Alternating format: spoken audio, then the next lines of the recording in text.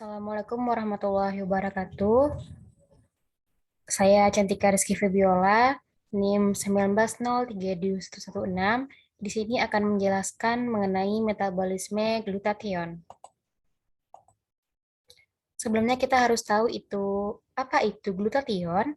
Glutathione adalah antioksidan biologis yang dapat ditemukan di mitokondria semua jaringan mamalia dan sangat terlibat pada mitigasi atau pencegahan stres oksidatif.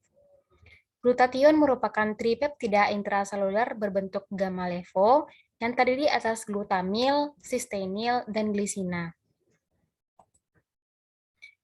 Berikut sumber dari glutathione yaitu seperti daging merah, ayam dan ikan, telur, susu, buah-buahan seperti alpukat, jeruk, pepaya, kiwi, dan stroberi, sayuran yang mengandung sulfur misalnya brokoli, kembang kol, bok choy, bawang putih, kunyit, serta kacang.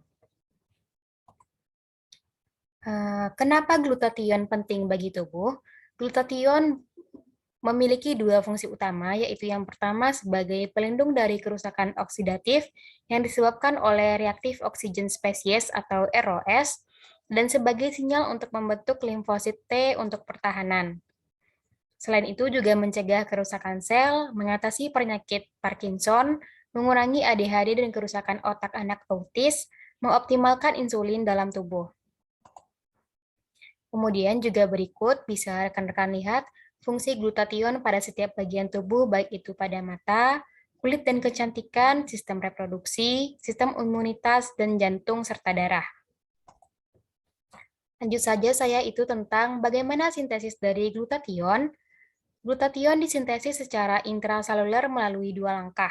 Yang pertama, menggunakan glutamin dan sistein sebagai substrat dan dikatalisis oleh glutamin sisten ligase atau GCL yang menghasilkan gamma glutamil sistein. Kemudian yang kedua, itu menggunakan glisin ke gamma glutamil sistein dan dikatalisis oleh glutathione sintesis atau GS. Efek samping mengonsumsi glutathione.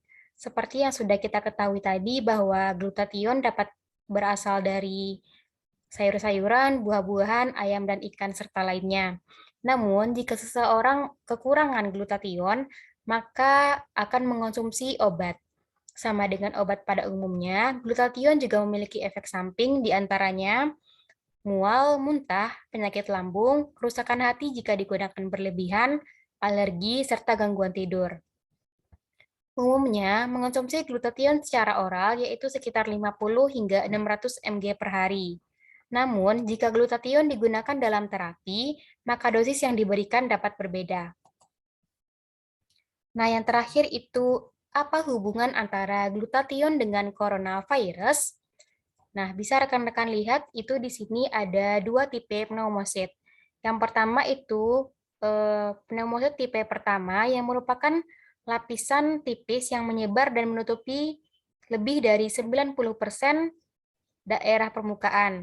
Dan yang kedua itu ada pneumosit tipe kedua yang bertanggung jawab terhadap sekresi surfaktan.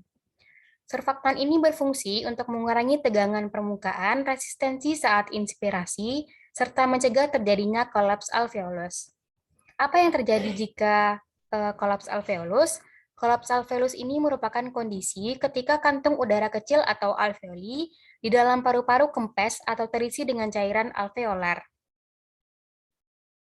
Nah, ketika alveolus kempis, otomatis akan mengganggu sistem pernapasan, bukan?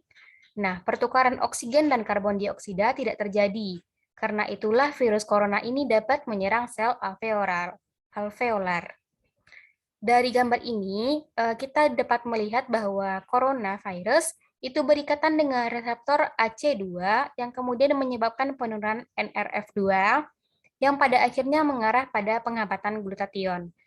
Apa yang terjadi jika glutathione terhambat? Yaitu yang pertama inflamasi sitokinin, yang kedua peningkatan spesies oksigen reaktif atau ROS, dan perekrutan sel kekebalan untuk balik menyerang sel tubuh sendiri. Nah, jika glutathione sudah terhambat, otomatis 99% pasien tersebut akan menderita gangguan pernafasan akut. Nah, ini kira-kira adalah gambar infeksi coronavirus.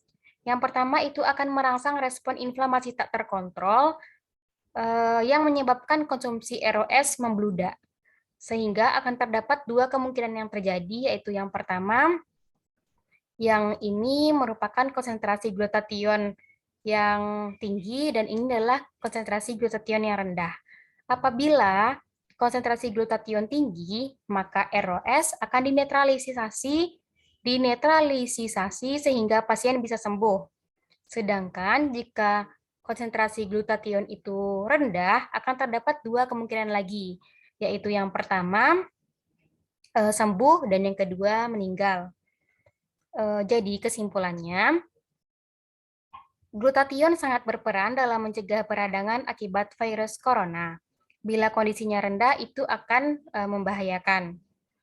Namun, untuk rekan-rekan ketahui, apabila glutathione rendah, itu masih dapat kita atasi dengan pemberian N-acetylcysteine yang berfungsi meningkatkan kadar GSH di jaringan.